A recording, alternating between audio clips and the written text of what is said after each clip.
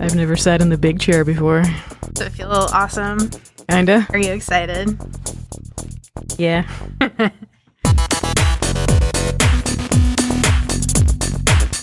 All right, it's time to party like it's 1999. Yeah. The greatest year in film. Yes, it is. I'm Kristin, and with me is Sarah. Hi. Designer extraordinaire. Designer extraordinaire. So, I have been waiting for this moment. Oh, have you? Because I feel like our voices are going to come up a little similar. Probably. I feel like we sound pretty alike. Great for audio when two different people sound exactly the same. So I think, hopefully, this will be a real minisode and not like Deep Blue Sea, which was like 45 minutes. Yeah. But that had a lot of intro, just saying. It was interesting. I'm glad that you thought so. All right, today's minisode is on 10 Things I Hate About You.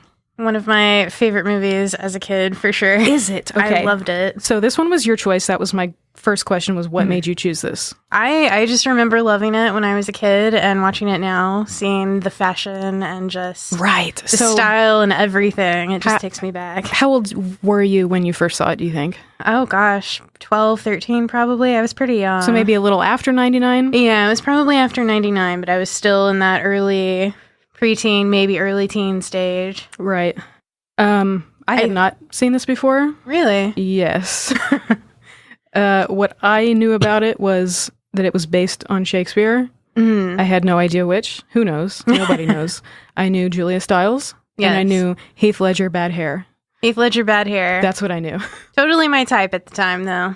Okay. I will I mean, it was... fully admit he was probably a large portion of why I liked the movie. I mean, come on. I interrupted you a moment ago. What were you going to say? Oh, I don't even know. All right. All right, so the summary was, a pretty popular teenager can't go out on a date until her ill-tempered older sister does. I had never read the source material and never really thought about what the title meant, which is Taming of the Shrew. Right. And after reading the summary, because I had never seen this movie, it finally clicked for me like, oh, the shrew is a woman. Right. Cool. Excellent. So what can you tell us about this movie? What did you notice? Looking back at it, the thing that stands out to me most is just the look of everything. I mean, seeing the fashion from the 90s and comparing it to now. The fashion was so intense. I know. Like, one of my questions for the podcast is always, what's the most 90s thing? And it's like, literally everything is the most 90s thing about this movie. Everything you see. It's right. just, it's crazy. And looking back on it now, seeing like how they depict high school in that movie, and at the time I was 12 to 13, so I had no idea what high school was like. But now, seeing just how absolutely not that it's it like, is. Not even college, really. No. I mean, maybe, I mean, I didn't go to frat parties, so maybe I'm wrong, but... Same. I mean, maybe college was that and we just missed out, but... What is most memorable or emblematic of this film? Like, what is it that you think of when you hear the title? Oh, gosh. I don't even know. I mean, what is most emblematic to you, do you think? Oh, man. I don't know. It might be the fashion. Like, I'm looking at it as having just seen it for the first time this week, and so all of the scenes are pretty fresh for me. So there's like sitting on swings in the dark and throwing up on him. Like, after a very sweet moment. There are so many incredibly embarrassing things that are very painful to watch. Yeah, for sure. Like, being in detention and flashing the teacher is horrifying. Was completely unnecessary, and I don't think would have flown today. I mean, gosh. Can you imagine if somebody tried to do that today? You'd be out of that school in a heartbeat. Oh my lord. Not even in real life, like, just, like, in a movie. Like, I don't know how much you could, I mean, especially now. Especially now, it'd be seen as super inappropriate. I mean, I think I would have to agree. I think the fashion probably is the most emblematic thing, because that stands out to me year after year. Every time I see this movie is just, wow, that is so 90s. I can't get past that. So, spaghetti straps. Yes. That's a thing, first of all, back before they were called camis. Lots of crop tops. Yes. Especially the crop top prom dress in hot pink. Yes. I died. What the hell? That was the little sister, too. Yeah, I could not imagine. Okay. Bell bottoms that were not jeans was Yes, another one, like yes. some kind of knit material. And lots of velvet, I noticed. So much like, yeah. And velvet's not a thing now. No. Nobody wears anything like that. What is velour? Velour, Lots yes. of velour. Because I remember Julia Stiles at one point, I think she had like a velour crop top on. Probably. I don't. Again, I was also knitting during a lot of the movie, so something. It comes in flashes. I understand. Shirts with big butterflies on the front. Yes. I remember that. Oh, and the hair. Like the way they styled their hair. The little butterfly clips. Yes. And lots of little spikes everywhere. Dude, I loved me some butterfly clips when I was a kid. I had so many. The tinier the better, though. Yes. Like, there are some big ones that have their function, but the tiny ones are where it's at. Did it happen in this movie, like, little rows of braids, like, just in the front? I don't remember. And then, like, the long hair in the back? Did we see any of that? I don't know if that was this movie or... I remember that from that time frame, though. Platform sandals. Yes. Her dad had a pager. Yes. And there were flyers. Oh, yeah. Because the scene where they throw the flyers. Yes. That had to be, I assume... I don't know if they did it just, like, in the Xerox machine or something. I suppose. It wouldn't have been...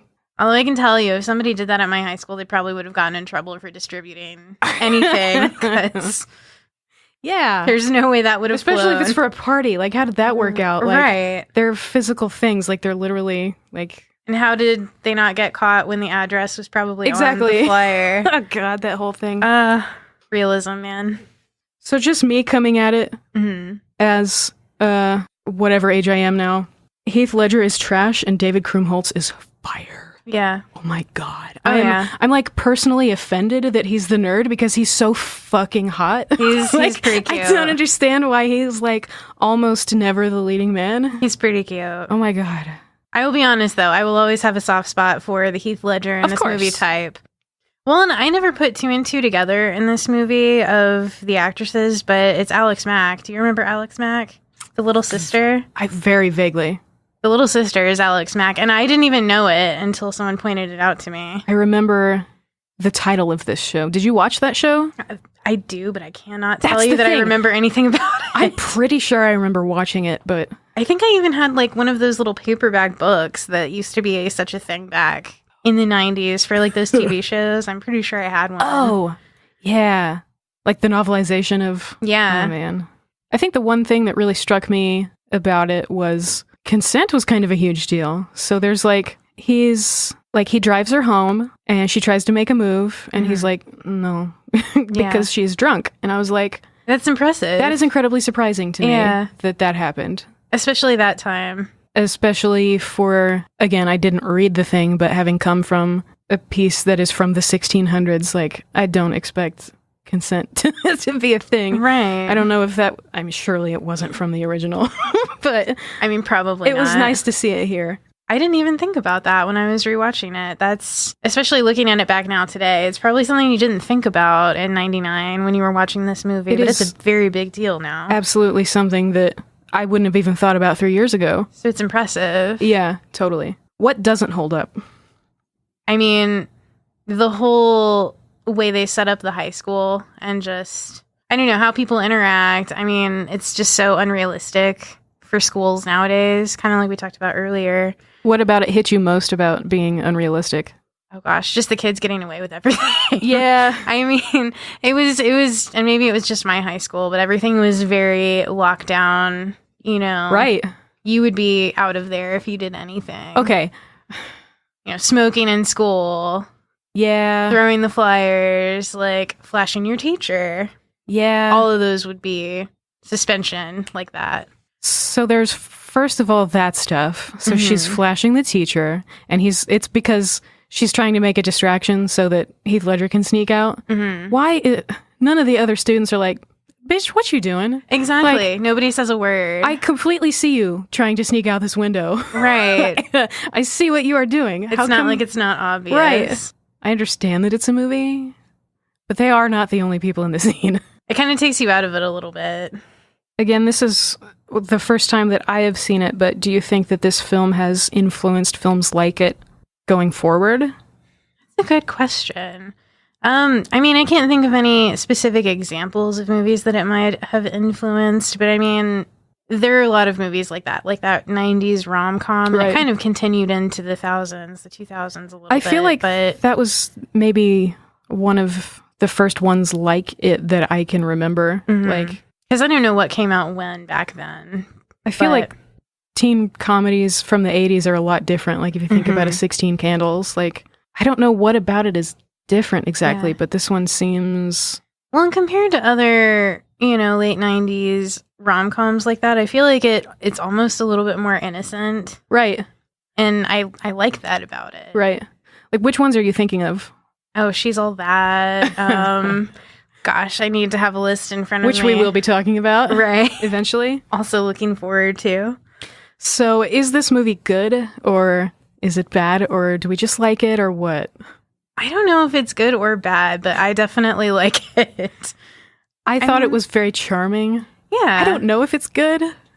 I mean, I guess it depends on what qualifies it as good. I mean, it's something that has been memorable for me since I was a kid. Right. And it's so colorful. Like, I don't know what it is about it, but it makes me feel good. Yes. It's definitely like just a feel good, like, it's a comfort food. Right. Yes, that's a perfect example. It's a comfort food movie. And, like, a lot of movies from the 90s have a lot of cringe in them. And this one does, too, but nothing that takes me out of it. A lot of it was very self-aware. Like, it was supposed to be cringy. Right, exactly. It's like they did it with an intent. The other thing that I absolutely hated was he's in the stadium singing and dancing. Like, I know. Oh, my God. So unrealistic, but so cute. Paintball was fun. Yes.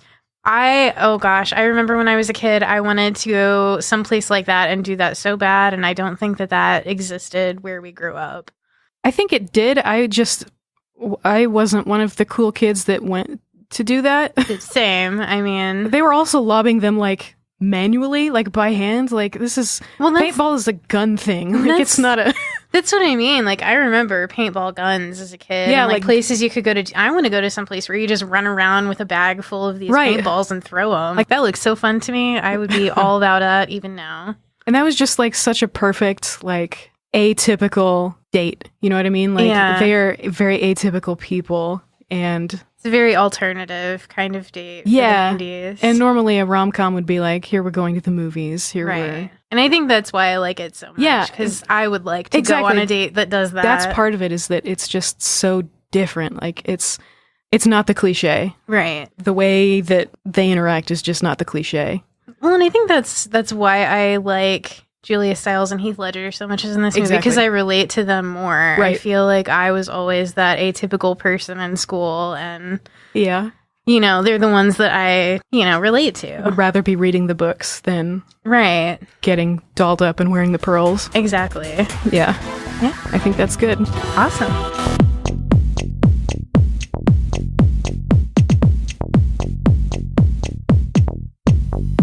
$19.99 lives on at geekspective.com, where you can find other silly podcasts like this one. You can reach out to this show on the social medias at Plitgif, Plitgyif. That's Twitter, Instagram, and theoretically Tumblr. And you can find me on Tumblr at PropSales. So I'll talk to you later. Hope to see you at the next party.